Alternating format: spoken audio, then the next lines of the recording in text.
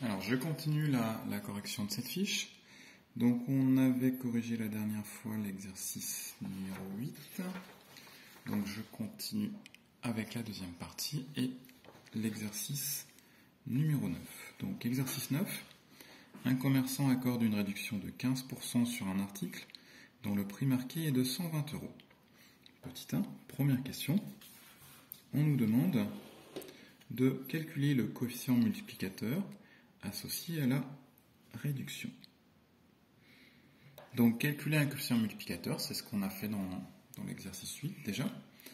Donc si on a une réduction, ça veut dire une baisse, eh bien le coefficient multiplicateur se calcule en prenant toujours le chiffre 1 auquel on soustrait la valeur du pourcentage 15 divisé par 100. Donc si on fait le calcul ici, eh bien cela nous donne 0,85. Donc on a un coefficient multiplicateur de 0,85. Petit 2. Petit 2, on nous demande de calculer le prix payé par le client. Donc le prix payé par le client, c'est le prix une fois que la réduction a été appliquée, c'est-à-dire le prix de départ auquel a été soustrait 15% de ce prix de départ.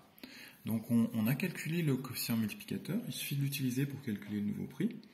Si on a une réduction, eh bien on prend le prix de départ, 120 €, et on multiplie par le coefficient qu'on a calculé, 0,85. Donc si on fait le calcul, ça nous donne 102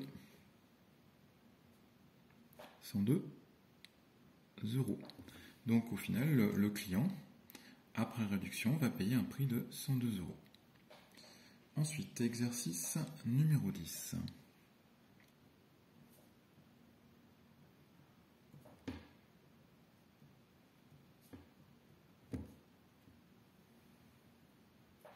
Donc exercice numéro 10, on nous dit qu'un article coûte 45 € et qu'il subit une augmentation de 20%.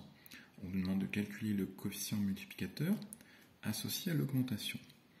Donc on calcule à nouveau un coefficient. Donc là on nous dit bien qu'il s'agit d'une augmentation. Donc pour calculer le coefficient, on va prendre 1. Et cette fois on va ajouter donc le pourcentage, 20, divisé par 100. Donc si on fait le calcul, cela nous donne comme résultat 1,20. Donc le coefficient multiplicateur est de 1,20. Petit 2. Petit 2, on nous demande de calculer le prix final de l'article. Donc là, on a calculé le coefficient multiplicateur, il suffit de l'utiliser. Le nouveau prix va correspondre à l'ancien prix multiplié par le coefficient. Donc l'ancien prix est de 45 € que l'on multiplie par le coefficient qu'on vient de calculer, 1,20. Donc résultat, on obtient 54. 54 €. Donc réponse à la question. Le nouveau prix après l'augmentation est de 54 €. On passe à l'exercice numéro 11.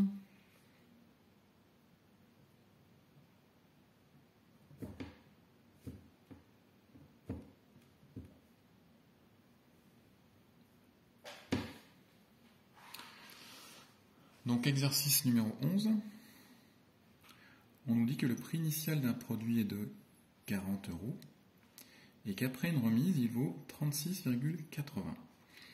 Donc on nous demande de calculer le coefficient multiplicateur associé à cette remise.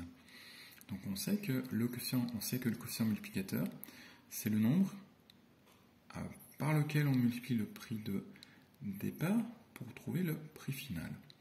Donc ici, le prix de départ, c'est 40.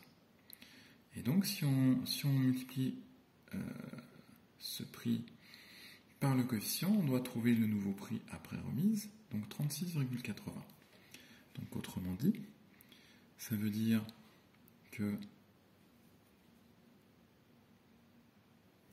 Donc ça veut dire que 40 multiplié par notre inconnu x, notre coefficient multiplicateur, eh bien, donne le prix final 36. Donc on recherche x. Si on l'isole, eh bien x, ça correspond à 36 divisé par 40. Si on fait le calcul, 36 divisé par 40, ça fait 0,9.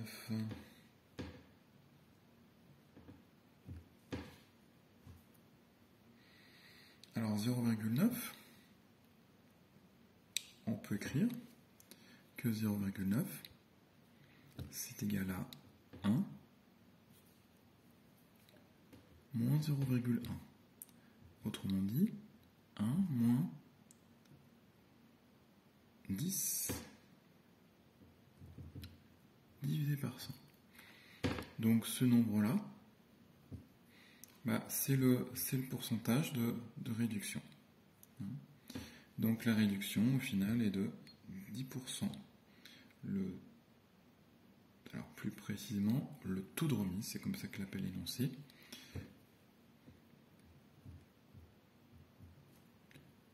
Le taux de remise est de 10%. Donc voilà pour l'exercice numéro 11. Ensuite, alors je vais continuer ici.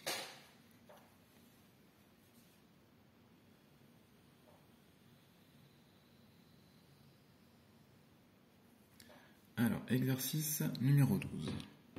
Il reste un petit peu de place, je vais en profiter. Exercice 12. Donc l'énoncé nous dit que pendant la période des soldes, un vêtement valant 35 € baisse de 21%. Quel est son nouveau prix? Donc on a un prix qui va baisser, qui va diminuer. Donc pour calculer le nouveau prix, on peut calculer tout d'abord le coefficient multiplicateur. Donc on sait calculer un coefficient multiplicateur pour une diminution. Petit imprévu. Pour calculer un coefficient multiplicateur, eh bien, pour une réduction, on prend 1 et on soustrait donc le pourcentage, 21, qui lui-même est divisé par 100. Donc si on fait le calcul, ça nous donne 0,79. Donc ce coefficient, je vais l'utiliser pour trouver le nouveau prix. Donc je vais prendre l'ancien prix, 35, que je vais multiplier par mon coefficient, 0,79. Et si on fait le calcul, ça nous donne 27,65 €. Donc on passe à l'exercice numéro 13.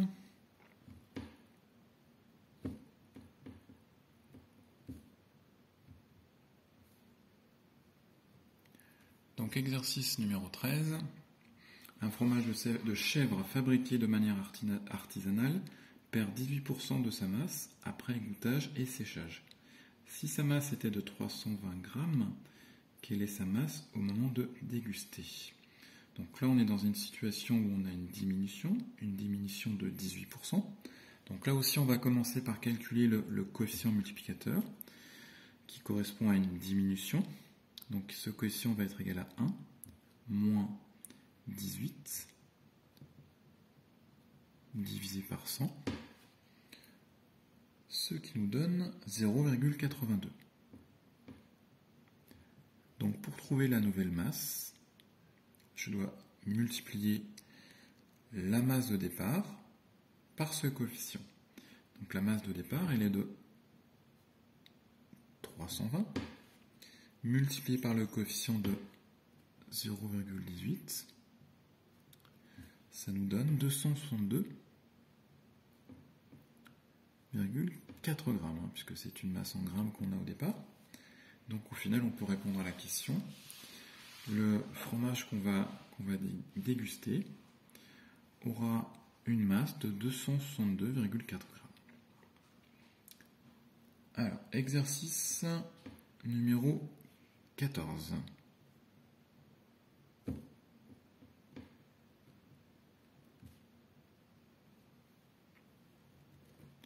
Exercice numéro 14. On nous dit qu'un article affiché à 75 € augmente de 13,4%. Quel est le nouveau prix de l'article? Donc là aussi, pour calculer le nouveau prix de l'article, après augmentation, on va utiliser le coefficient multiplicateur. Donc pour une augmentation, notre coefficient sera de 1, plus le pourcentage qui est de 13,4, que l'on divise par 100. Donc le résultat de ce calcul est de 1,134. Donc pour trouver notre nouveau prix, eh bien on prend l'ancien prix, 75, que l'on multiplie par le coefficient qu'on vient de calculer, 1,134, et on obtient un résultat de 100,5 €.